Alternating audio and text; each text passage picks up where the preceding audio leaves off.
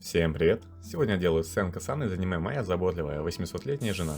Перед тем, как начать, нам нужно выбрать все необходимые цвета и решить, какие области мы будем красить аэрографом, а какие кисточкой. Как правило, аэрографом я крашу самые большие светлые области на фигурке, а также те места, куда кисточкой просто не подлезть. Итак, погнали! Начнем с подушки, на которой будет сидеть сценка. Сначала покрываем ее базовым желтым цветом, это будет наша основа. Затем, чтобы добавить глубины и объема, мы берем базовый цвет и добавляем к нему капельку красного. Получившимся оттенком мы прокрашиваем тени, особенно в тех местах, где будет сидеть сценка. Под конец я немного высветляю базовый желтый цвет и слегка касаясь краев подушки, создаю эффект падающего света. Теперь переходим к самому интересному, волосам и хвосту сценка. Для начала мы прокрашиваем все и особенно углубление красно-оранжевым цветом. Это будут наши тени, которые зададут контраст всей прическе. Для хвоста все будет то же самое, поэтому нет смысла повторяться. Даем теням немного просохнуть и добавляем пару капель белой краски в базовый красно-оранжевый. Получившимся цветом мы красим выступающие части каждого локона, стараясь не залезть в углубление. Мы как бы играем со светом и тенью, создавая объем. А теперь, чтобы добавить еще больше сияния волосам, мы к этому же цвету добавляем пару капель желтой краски. И этим солнечным оттенком прокрашиваем локоны от середины к кончикам, а также макушку. Так мы создаем эффект просвечивания волос. Не забываем про кончики ушей. Их мы красим в темный оттенок нашего базового красно-оранжевого цвета, что использовали для теней на волосах. С подставкой мы поступаем точно так же, как и до этого с волосами. Красим, высветляем, снова красим, снова высветляем. Но вместо того, чтобы в сотый раз повторять одно и то же, я лучше расскажу вам, как я накосячил с этой подставкой, чтобы и вы не ошибались.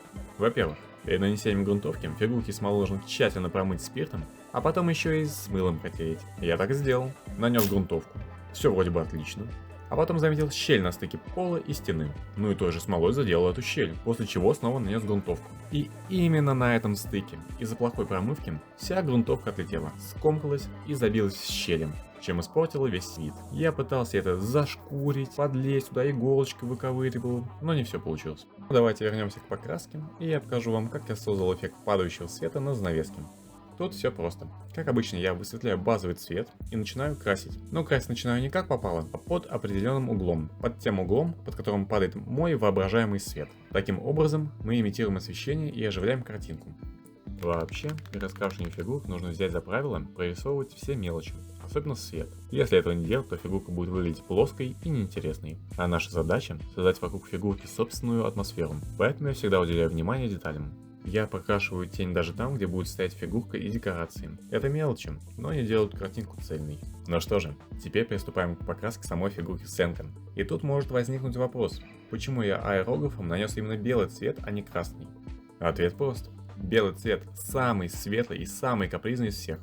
Поэтому белый цвет и другие светлые цвета лучше носить аэрографом, чтобы тон был равномерный, ведь тем же красным или черным светлые цвета легче перекрыть, даже рисуя кистью. Теперь мы приступаем к покраске кожи. Для этого нам понадобится белый и красный с желтым, чтобы получить нужный оттенок. Сначала я наношу очень светлый розовый в качестве подложки. Это нужно для того, чтобы потом на него наносить другие цвета. Затем мы берем более насыщенный розовый и красим щеки.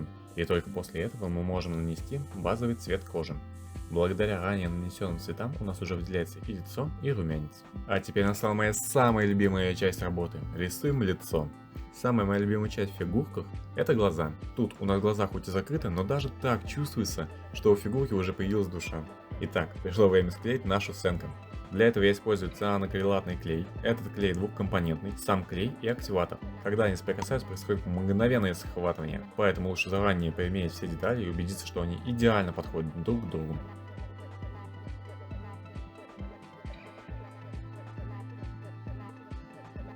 За кадром я покрасил тапочки и котелок, которые разбавят композицию. Ну вот, друзья, наша сценка и готова. Сама фигурка была моим экспериментом для тренировки скорости, и он прошел успешно, хоть фигурка от этого немного пострадала. Если хотите дальше видеть подобные видео, то ставьте лайки, подписывайтесь на мой канал и на телеграм-канал в описании, где контент появляется гораздо чаще. А фигурка вышла с кайфом. Всем пока.